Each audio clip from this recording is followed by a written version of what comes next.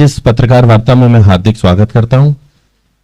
लंबे समय से हम सुनते थे कि अच्छी राजनीति ही अच्छी अर्थनीति है। इसको लेके निरंतर कुछ विरोधाभास रहे, पर मोदी जी के 2014 के कार्यकाल के बाद ना सिर्फ ये चरितार्थ हुआ, अपितु हर केंद्रीय बजट में इसका भाव और मजबूत हुआ। वर्ष 2025 का बजट अपने आप में कई विशेषताओं को लिए है और ऐसे में हम सबके मध्य इन सभी विशेषताओं को आपसे साझा करने के लिए हमारे राष्ट्रीय महासचिव, पार्टी के बड़े ही वरिष्ठतम नेताओं में से एक और जिनको कार्यकर्ताओं का नेता कहा जाता है, ऐसे आदरणीय विनोद तावड़े जी उपस्थित हैं। साथ में समृद्धशाली मंच है, माननीय सांसद भारत सिंह कुशवाहा जी, हमारे प्रदेश सरकार के कैबिनेट मंत्री नरेंद्र सिंह कुशवाहा जी, हमारे विधायक मोहन सिंह राठौर जी, ग्वालियर के वरिष्ठ नेता पूर्व सांसद आदरणीय विवेक शेजवलकर जी, हमारे दोनों अध्यक्षगण जयप्रकाश राजौरिया जी, प्रेम सिंह राजपूत जी, प्रदेश की प्रवक्ता मेरी टोली की साथी नेहा बग्गा जी, अरुण चतुर्वेदी जी जिले के प्रभारी और हमारे तीनों महामंत्रीगण। तो मैं आदरणीय विनोद तावड़े जी भाई साहब से आग्रह करता हूं, कृपया वार्ता प्रारंभ करें। सबको नमस्कार। ग्वालियर में मेरा ये राजनीतिक पार्टी के कार्यकर्ता के नाते पहली बार आना हुआ और स्वाभाविकता यहां आने पर श्रद्धेय अटल जी के घर होकर आना, यह हर बीजेपी के कार्यकर्ता की एक श्रद्धा होती है, इच्छा होती है। और राष्ट्रीय अध्यक्ष आदरणीय नड्डा जी ने जो दायित्व दिया है कि बजट को लेकर ग्वालियर के पत्रकार मित्र भाई बहनों के साथ जो आग्रह से विषय जनता के सामने आपके द्वारा जाने चाहिए और इसलिए इस पत्रकार वार्ता का आयोजन आज भारतीय जनता पार्टी मध्य प्रदेश की ओर से और ग्वालियर जिला की ओर से हुआ है। आप सबको मैं नमस्कार करता हूं। इस बार के बजट में सबसे अहम बात जिसका ध्यान केंद्रीय वित्त मंत्री आदरणीय निर्मला जी ने रखा है कि जागतिक स्तर पर, वर्ल्ड प्लेटफॉर्म पर सस्टेनेबल डेवलपमेंट गोल्स, ये हर देश के मानांकन के कोई निर्देश होते हैं। तो ऐसे एसडीजी सस्टेनेबल डेवलपमेंट गोल्स को सामने रखते हुए गरीबी को घटाना, शून्य तक लाने का प्रयास करना, 100% गुणवत्तापूर्ण शिक्षा, श्रम शक्ति को और स्किल्ड बनाना, भारत के किसानों के माध्यम से भारत को दुनिया की फूड बास्केट के रूप में विकसित करना और आर्थिक गतिविधियों में महिलाओं की भागीदारी और प्रतिशत में बढ़ाते हुए जो टारगेट्स होते हैं उसमें 70% महिलाओं की भागीदारी हो, ये 5 लक्ष्य रखते हुए इस बार का बजट ये वित्त मंत्री जी ने पेश किया। इन 5 निकषों को पूरे करने के लिए अलग अलग प्रावधान बजट में किए गए।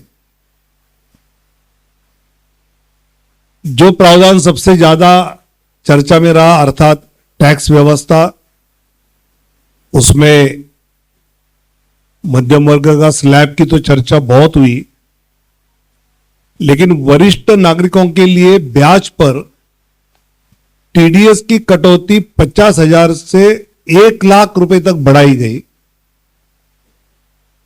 या किराए पर टीडीएस के लिए वार्षिक सीमा 2,40,000 थी जो 6,00,000 तक बढ़ाई है, और टैक्स के स्लैब्स में इसकी थोड़ी चर्चा कम हुई थी। कृषि कल्याण के अलग अलग योजना, प्रधानमंत्री धन धान्य कृषि योजना का शुभारंभ हो, आइए।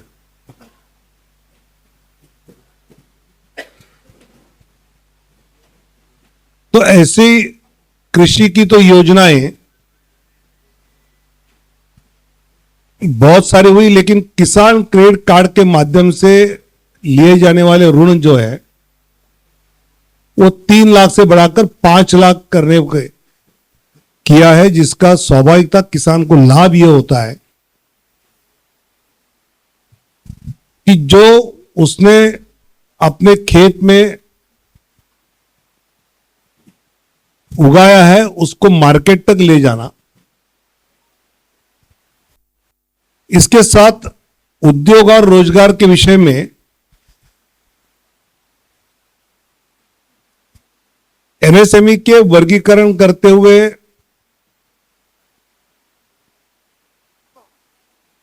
निवेश का और कारोबार की सीमा बढ़ाकर,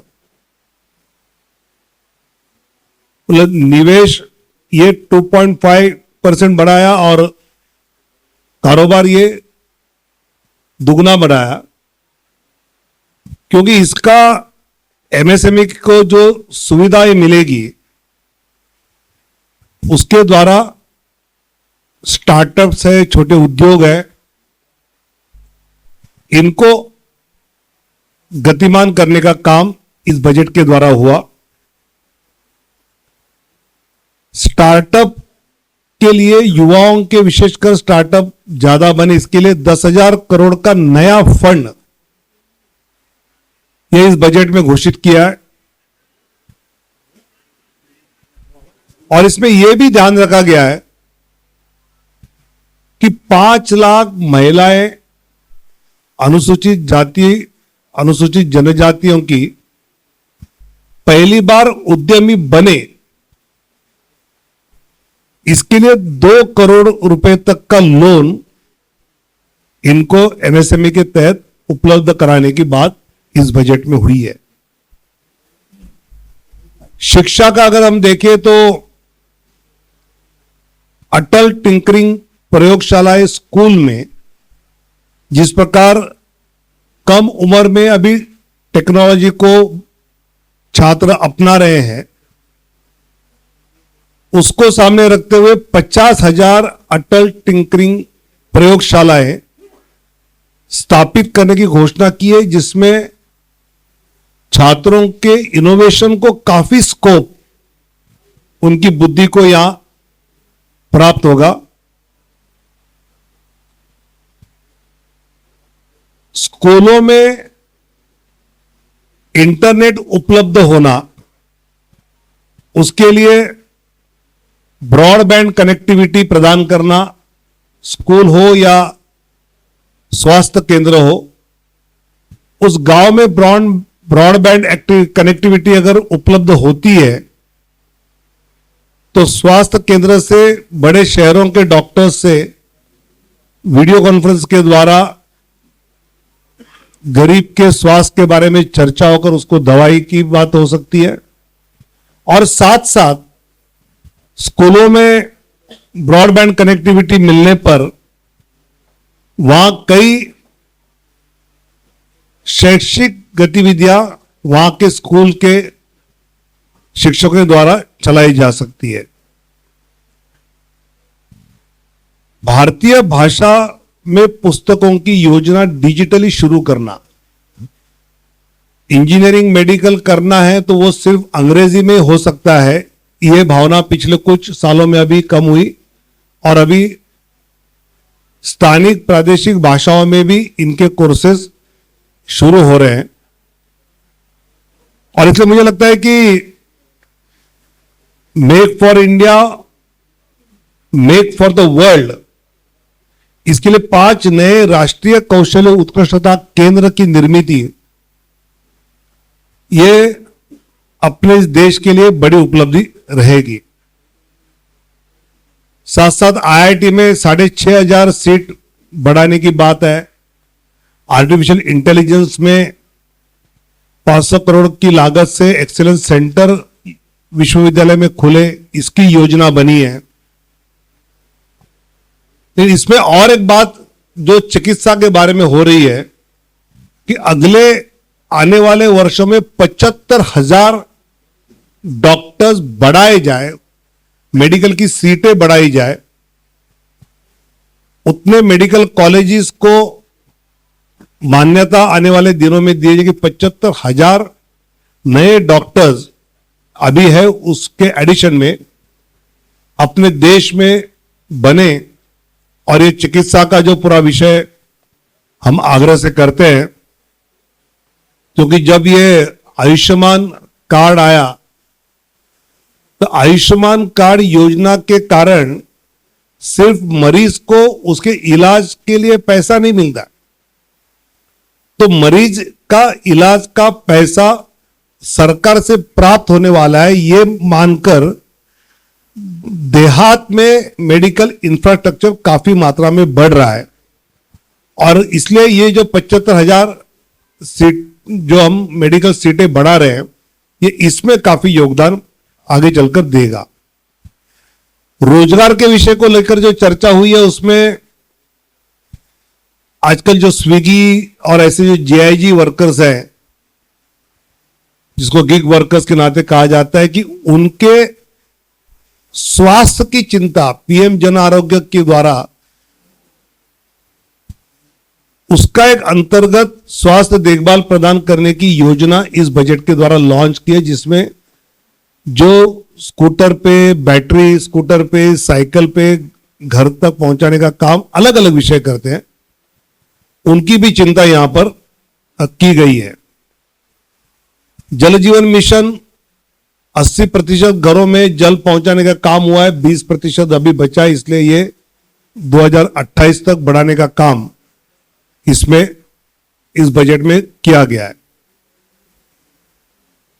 और एक महत्वपूर्ण बात जो ऊर्जा मिशन को लेके किया कि 20,000 करोड़ रुपए के आवंटन विकसित न्यूक्लियर रिएक्टर 5 जो स्वदेशी है, बाकी देशों से लाए नहीं, हम स्वदेशी न्यूक्लियर रिएक्टर बनाए, इसलिए 20,000 करोड़ की अलग सुविधा इस बजट में उपलब्ध कराई गई है।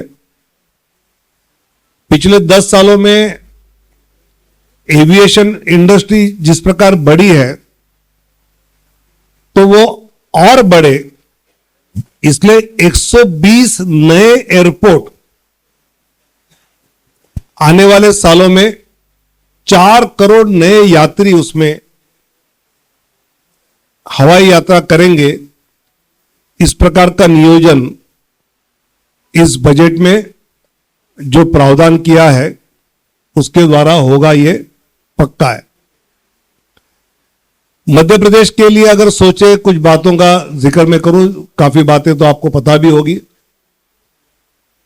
उसमें यह है कि केन बेतवा और पार्वती काली सिंह चंबल नदी जोड़ की परियोजना जो है, उसमें केंद्र योजना से 2,400 करोड़ की विशेष राशि उसके लिए रखी है। इंफ्रास्ट्रक्चर विकास के लिए मध्य प्रदेश को सेंट्रल रोड्स इंफ्रास्ट्रक्चर की ओर से 2,800 करोड़ रुपए अभी आवंटित किए हैं। विशेष केंद्रीय सहायता से 12,000 करोड़ की राशि मध्य प्रदेश को मिलने वाली है।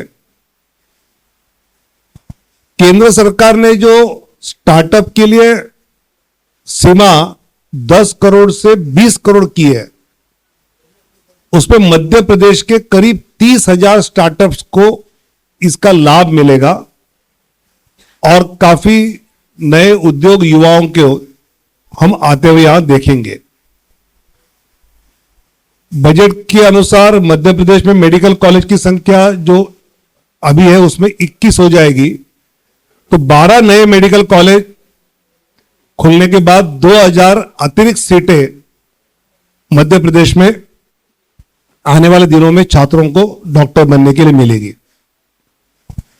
मध्य प्रदेश के 36 लाख घरों में नल से जल पहुंचाने का क्रम केंद्र सरकार के जल जीवन से 24 तक का था, वो 28 तक बढ़ने के लिए अभी और 20,000 करोड़ का सहयोग इसमें मिलेगा और ये नंबर जो 80% 100 हर प्रदेश में करने की बात है वो हम आने वाले इसमें जल जीवन में करेंगे।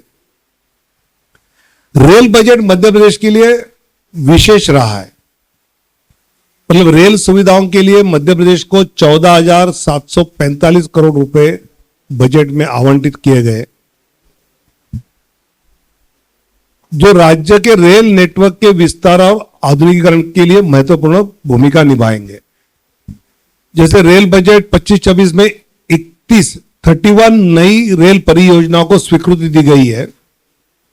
5,869 किलोमीटर जिसपे 1,04,987 करोड़ रुपया खर्च होने वाला है, ये लाइनें नई होगी और यात्रियों की सुविधा के लिए मध्य प्रदेश के 80 स्टेशन ये अमृत स्टेशन के लिए चुने गए हैं, जिस पर लगभग 2,700 करोड़ रुपए आने वाले दिनों में खर्च होंगे।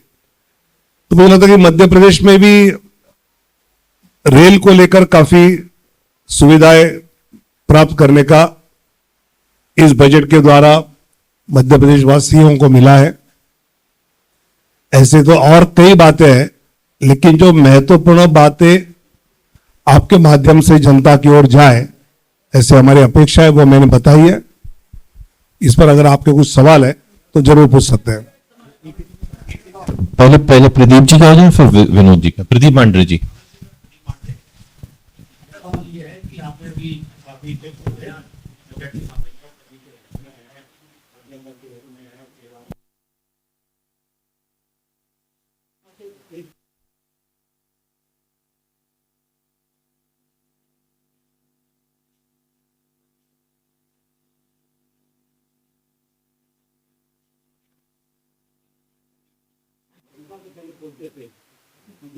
रुपया देता है तो देश की साथ देती है, आज ये रुपया दे रहा है तो देश की साथ दे रही है, देश की साथ दे रही है तो बोल क्यों नहीं है। और आप कि बाकी देशों की करेंसी बढ़ रही है और सिर्फ रुपया गिर रहा है, ऐसा नहीं हो रहा है। अगर आप बाकी देशों की करेंसी जिस प्रकार गिर रही है उसकी तुलना करें तो हमारा रुपया काफी अच्छे स्तर पर है और इस कारण मोदी जी का जो कहना है वो आज के इसमें जो यूक्रेन वॉर के बाद और बाकी चीजों के कारण सभी देशों की करेंसी जो गिर गई उस तुलना में रुपया को हमने काफी अच्छा संभाला है।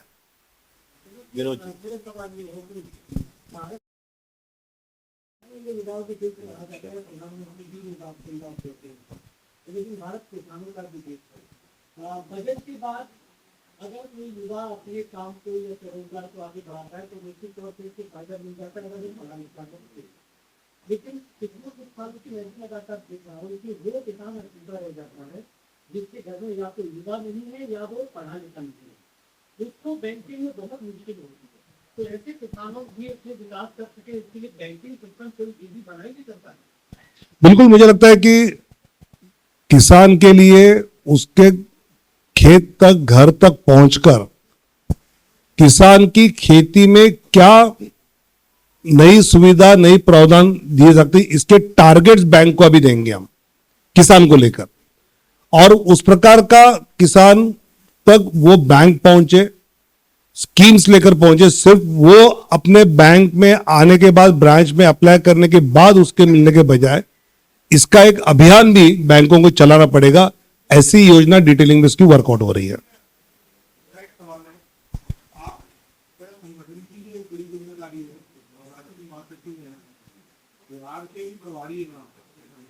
अभी दो देशों में आपके नेतृत्व में विजय हासिल की हुई है। बिहार के बारे में आप पर क्या कहना, आने वाले समय में चुनाव हो रहे हैं, राजनीतिक सीमा बन गई है, आप तालमेल की गंभीरता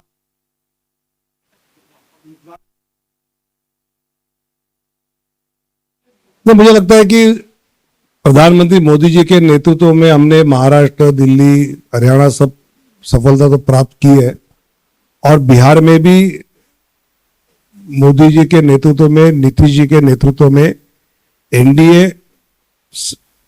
एकजुट होकर वहां पर लालू यादव, तेजस्वी यादव जी का जो गुंडा राज है वो खत्म करने के लिए बिहार की जनता एनडीए को भारी बहुमत से फिर से एक बार बिहार में सरकार बनाने के लिए मौका देगी, ये मेरा विश्वास है।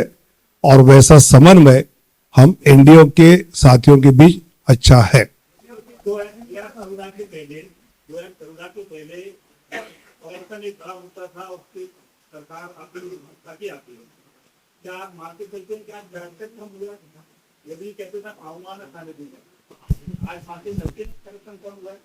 बिल्कुल, पिछले 10 साल में राहुल गांधी से लेके सभी विपक्षियों ने तानाशाह है, धार्मिक है, ये है, सब आरोप किए, एक भी भ्रष्टाचार का आरोप वो कर नहीं पाए।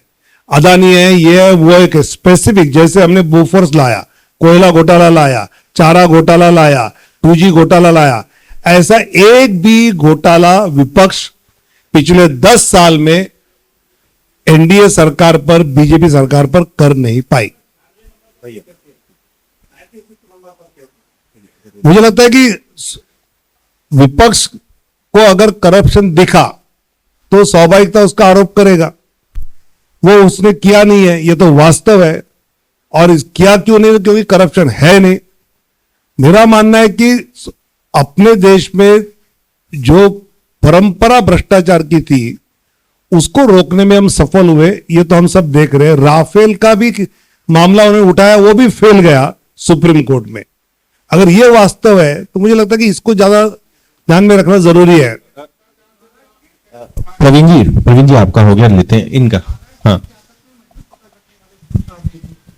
शिक्षा मंत्री रहती है, पार्टी टिकट काट देती है 2019 में, उसके बाद में पार्टी सेक्टर जिम्मेदारी पहुंचती है, ज्ञान का तिवारी नामती, हरियाणा का तिवारी नामती है, योगी की सरकार में महत्वपूर्ण भूमिका निभाते हैं आप मंत्रिमंडल शिक्षा की लेकर के, तो क्या पार्टी के वर्तमान में नेक्स्ट पीएम बन गए, पीएम मतलब प्रभु महाजन बन गए हैं, जो उनके हाथ संकट में पार्टी देना चाह रहे हैं? मुझे लगता है कि जो कार्यकर्ता को जो जिम्मेवारी मिलती है वो जिम्मेवारी कार्यकर्ता को बात है। जी बोलिए। आपकी सरकार है, केंद्र में भी आपकी सरकार है, पिछले 10 सालों से जीएसटी को पेट्रोल और डीजल को जीएसटी अंदर नहीं ला पाए, क्या कारण है? आम आदमी को राहत क्यों नहीं मिल पाई?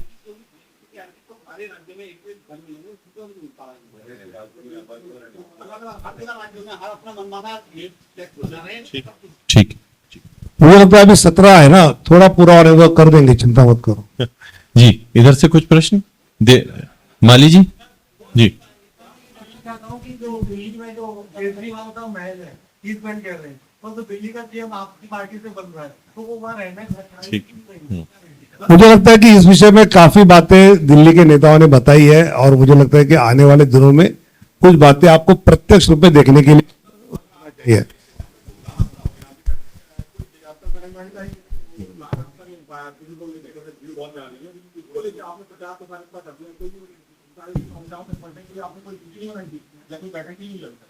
नहीं, मुझे लगता है कि अश्विनी वैष्णव जी ने आज गृह मंत्री जी से मुलाकात की, इसकी पूरी व्यवस्था उसमें हुई है, और उसमें क्या आगे करना चाहिए, जैसे कुंभ के पहले इसमें हुआ, उसके बाद तो सब सुचारू रूप से, उससे ज्यादा भी संख्या आने के बाद भी ठीक ठाक प्रकार से कर पाए।